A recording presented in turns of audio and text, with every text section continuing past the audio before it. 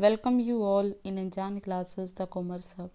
जैसे कि आपको पता है कि आज तक हम अलग अलग जो कॉमर्स के सब्जेक्ट्स हैं उनके ऊपर वीडियो अपलोड करते रहते हैं और बाकी जिस तरीके से रिक्वायरमेंट होती है व्यूअर्स की उस हिसाब से हम वीडियो अपलोड करते हैं। और दूसरी बात है, आज जो हमारा टॉपिक है जैसे कि आप देख रहे हो, hand shake with labour hour rate and machine hour rate. बड़े ही अच्छे तरीके से हम इसे आज करने वाले हैं क्योंकि ज़्यादातर स्टूडेंट्स की ये प्रॉब्लम होती है कि दे कंफ्यूज इन दीज टू। सो इनको हम बहुत अच्छे तरीके से करेंगे, अलग अलग पार्ट्स में करेंगे। लेबर आर रेट पार्ट 1 और मशीन आर रेट पार्ट 2। तो आज हम लेबर आर रेट पार्ट 1 करेंगे। तो इसमें हमने क्या करना है, सबसे पहले हमेशा जो होता है कि आपको जो कंसेप्ट होता है उसका मतलब मालूम होना चाहिए। लेबर मीन्स जो वर्कर्स वहाँ पे काम कर रहे हैं। आर मतलब जो वर्कर्स होते हैं उनको पेमेंट जो है वो मैक्सिमम जो एरियाज़ में आर बेसिस पे मिलती है कि कितने घंटे वो काम करते हैं। तो रेट मीन्स जो वेजेस उनको मिल रही हैं उनकी बात हो रही है। तो ये हो गया लेबर आर रेट की एक घंटे के लिए एक लेबर एक वर्कर कितनी पे रिसीव कर रहा है, तो उसकी कैलकुलेशंस हम यहाँ पे करेंगे।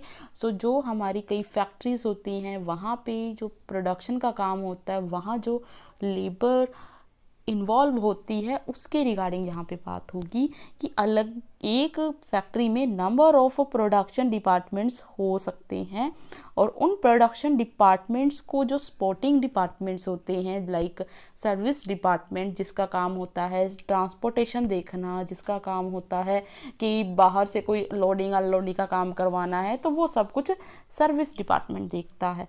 तो इसकी एलोकेशन भी हम प्रोडक्शन डिपार्टमेंट में ही करते हैं क्योंकि इसमें क्या है, सर्विस डिपार्टमेंट के एक सपोर्टिंग डिपार्टमेंट है प्रोडक्शन डिपार्टमेंट का। तो इसीलिए इसकी टोटल कॉस्ट जितनी आएगी उसको आप इसमें क्या करोगे, एलोकेट करोगे। दूसरी बात है कि इसमें जब भी आपने लेबर आर रेट करना है, मशीन आर रेट करना है, ये दोनों ही मेथड्स आपके ओवरहेड अब्जॉर्प्शन के मेथड्स हैं कि ओवरहेड्स जो होते हैं, इनडायरेक्ट एक्सपेंसेस होते हैं, उनको आप एलोकेट करते हो डायरेक्ट एक्सपेंसेस के बेसिस पे। तो वो आपको जो भी आपको प्रैक्टिकल गिवन होगा उसमें वो बताएंगे कि ये आपने किस हेड के अंडर आपने एलोकेट करना है, तो उसी तरीके से आपने वो एलोकेट करना है। सो बिना देरी के हम वीडियो स्टार्ट करते हैं। और जो इस यूट्यूब चैनल पे पहली बार आए हैं तो चैनल को सब्सक्राइब कर लें और वीडियो पसंद आए तो उसे लाइक और शेयर ज़रूर करें। सो ये प्रैक्टिकल है। प्रैक्टिकल इसके बहुत सिंपल होते हैं, बट इनका जो नेम है वो उससे हमें लगता है कि पता नहीं कितना क्या कुछ होगा। जैसे कि देख रहे हैं आप कि ये ना factory, there are 3 production departments P1, P2, P3 and S1, that is service department. As following figures are followed for 1 month of 25 working days of 8 hours each day. All departments work all these days with full attendance। तो कहते कि यहाँ पे क्या है कि 25 working days हैं और 8 घंटे काम होते हैं एक दिन में। तो मतलब कि 25 दिन में टोटल कितना काम होगा, कितने घंटों के लिए काम होगा, 2 hours के लिए। तो ये क्लियर है।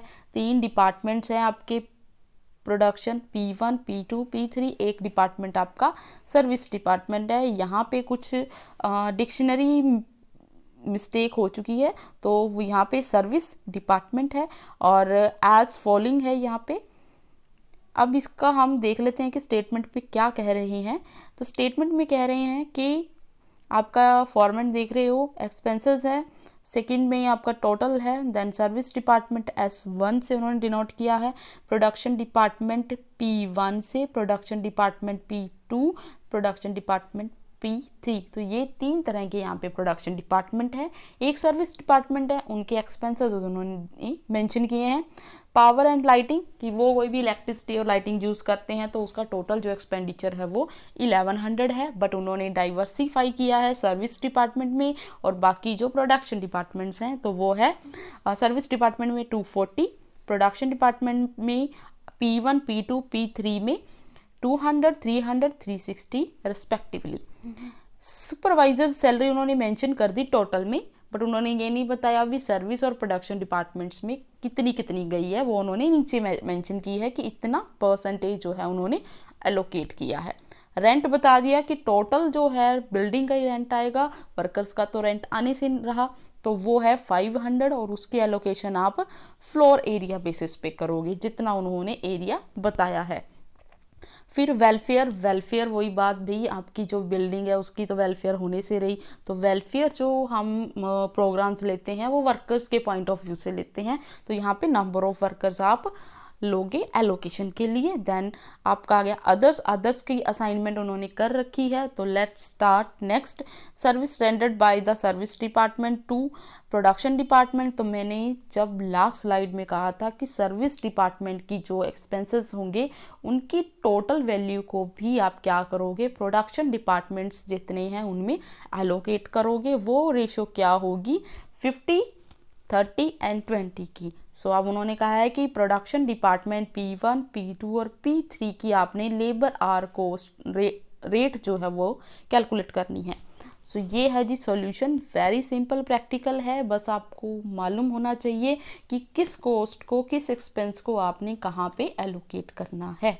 सो अगर रेंट है तो फ्लोर पे होगा, वर्कर्स का वेलफेयर है तो वर्कर्स में जाएगा, तो इस तरीके से आपने उनकी क्या करनी है, एलोकेशन।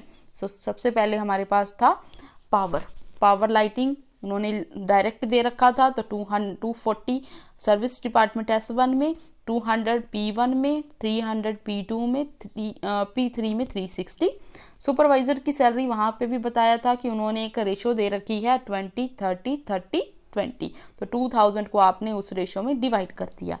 रेंट फ्लोर का रेंट है तो उसकी भी उन्होंने वहाँ पे रेशो दे रखी है 5:6:8:3। तो ये क्या है, 500 स्क्वायर फीट और 600 स्क्वायर फीट, 800 स्क्वायर फीट और 300 स्क्वायर फीट, इसका उन्होंने क्या दिया था, वहाँ पे स्क्वायर फीट के हिसाब से रेंट बताया था। तो वो 500 को आप क्या कर लोगे, इन रेशो में क्लासीफाई करोगे। वेलफेयर वर्कर्स का होना है, तो नंबर ऑफ वर्कर्स कितने हैं वो उन्होंने बता दिया कि सर्विस डिपार्टमेंट में 10 है, प्रोडक्शन में 30, P2 में 40 एंड P3 में 20 हैं, तो उस हिसाब से आप उनकी वेलफेयर की क्लासिफिकेशन करोगे। 600 को अलग अलग डिपार्टमेंट्स में as per the ratio divide करोगे। अदर्स जो था वो एज गिवन था, तो हमने एज गिवन डायरेक्ट ही उसमें डाल दिया।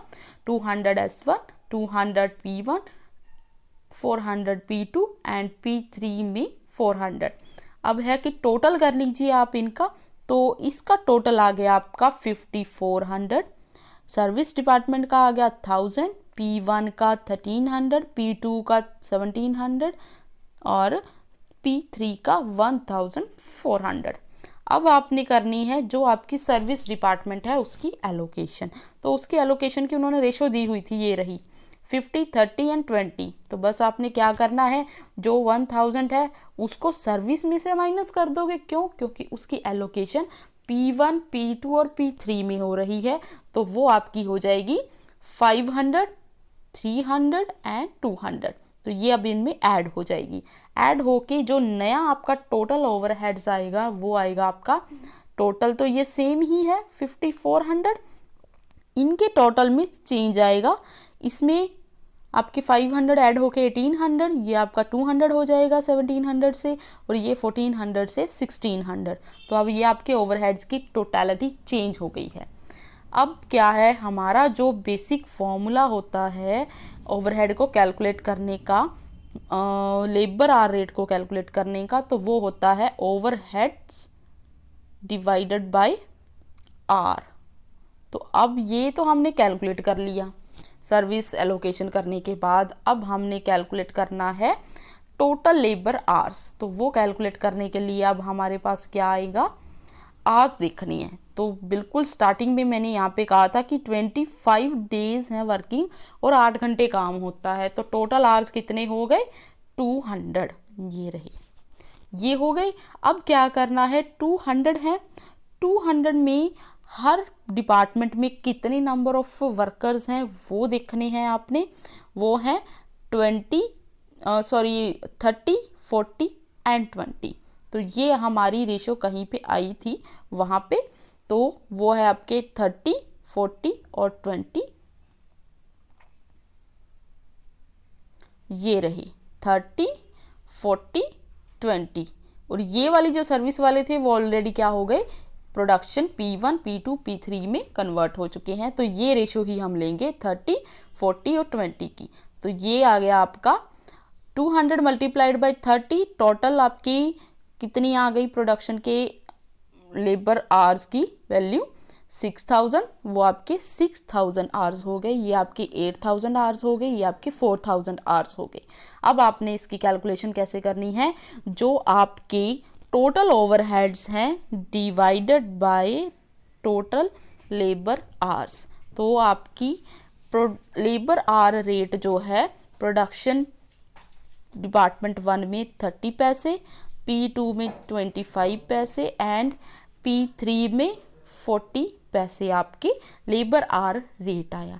तो ये बहुत ही सिंपल सा प्रैक्टिकल था। बस इतना आपने माइंड में रखना है कि जब आपने किसी भी कॉस्ट की एलोकेशन करनी है तो ये देखना है कि वो एक्सपेंस कब अराइज हो सकता है। सो इसमें आपने ध्यान रखना है कि रेंट किसका दोगे आप, कोई अगर आपके पास प्लांट एंड मशीनरी है वो अगर वो आपने परचेज नहीं की और रेंट पे लिया है तो उसका रेंट दोगे, बिल्डिंग का दोगे तो उसकी आप फ्लोर्स के हिसाब से देखोगे। वर्कर्स की बात कब होगी कि अगर इंश्योरेंस किया है वर्कर्स का तो वो वर्कर्स के अकॉर्डिंग होगा, तो वो आप वर्कर्स में एलोकेट करोगे। सो लास्ट में आपने क्या करना है, टोटल ओवरहेड्स कैलकुलेट करने हैं और टोटल लेबर आवर कैलकुलेट करने हैं। Total overheads divided by total labour hours, आपके पास लेबर आवर रेट आ जाएगा। सो आज का ये वीडियो था labour hour rate part 1। Next video में हम डिस्कस करेंगे मशीन आवर रेट। वो भी बहुत सिंपल है, बस आपको उनके कंसेप्ट समझने की ज़रूरत है और कुछ भी नहीं। और अगेन यूट्यूब चैनल के साथ बने रहिए, अनजान क्लासेस द कॉमर्स के साथ।